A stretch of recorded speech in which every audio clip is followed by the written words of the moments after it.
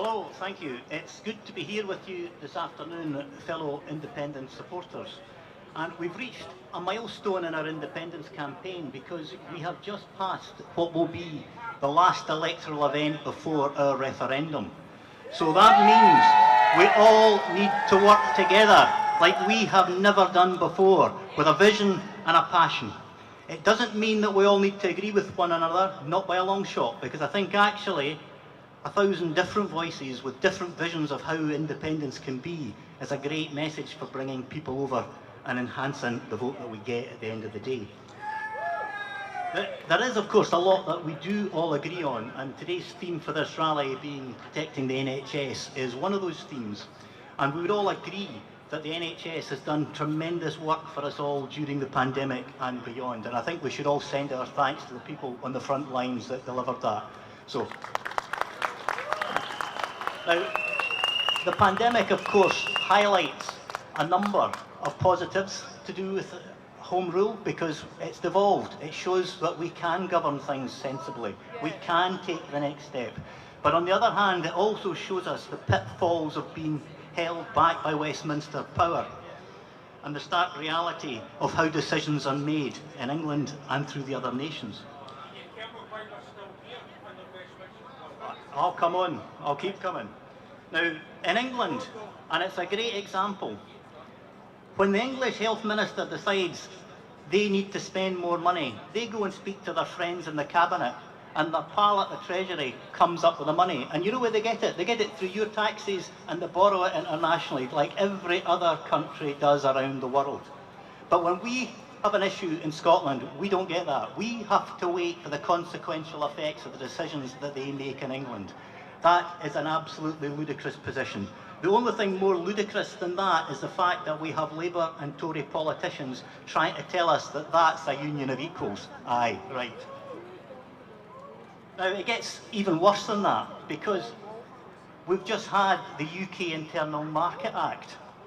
And if you haven't heard of this great story to frighten the kids, you need to be frightening the kids and the pensioners with it. Because what it means is the comprehensive health service, publicly funded, free at the point of need, that we so cherish, can be undermined by British government ministers with a stroke of a pen opening up our services to what they see as market access. And that's not on. But the risk doesn't stop there either, because announced in the coming parliamentary session are the twin evils of further austerity and more power grabs. So we're at this nexus point where the Scottish Parliament can go forward with independence, protecting and enhancing the powers that we already have, or it can go backwards. And I make this statement not lightly, not glibly. The days of devolution are numbered. What comes next is up to us, each and every one of us. Independence! Indeed. And we will decide that for ourselves here in Scotland, not somebody in London, not know your place unionism. It comes down to democracy. And in Scotland, as we all know, sovereignty rests with the people, and we are the people.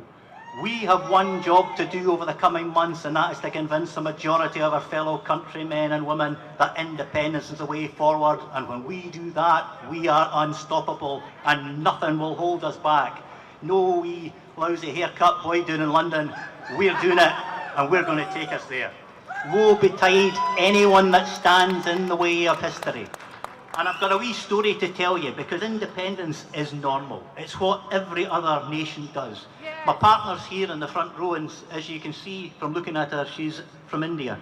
And a few years ago, I was across visiting my in-laws for the first time in Kerala, and we were in Trivandrum. And her great uncle was a very elderly man at the time, sadly now deceased in his late 90s.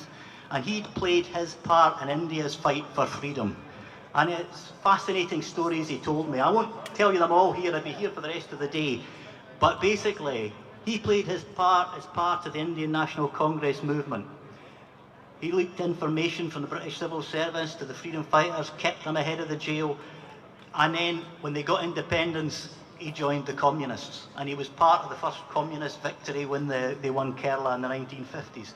There is a political realignment that happens, but until we get there, we all have to be pushing in the one direction, and that direction is independence. Yes! And I say, as a warning to our friends in the Scottish Labour Party, you have a limited window to be on the right side of history. Don't make a mistake. Be on the side of the Democrats. Because when Kerala had its first democratic election, and it's famous the world over for being the first place the communists won an electoral mandate. But what's more interesting, and I saw the political leaflets and posters for that first campaign, every victorious candidate, irrespective of which party they represented, featured on the number of times they'd been arrested by the British and how long they'd spent in British prisons. The people that sided with the Brits were wiped away, and the same will happen here, because when you put your faith in a country to go forward, you back the people that have the faith to do it. And the old lad said to me a number of stories, would inspire you all today, but he warned me to beware of what they faced at the time. And it's the same British establishment that we're fighting. They will try and divide us, and they use divide and rule tactics. We must not fall for them.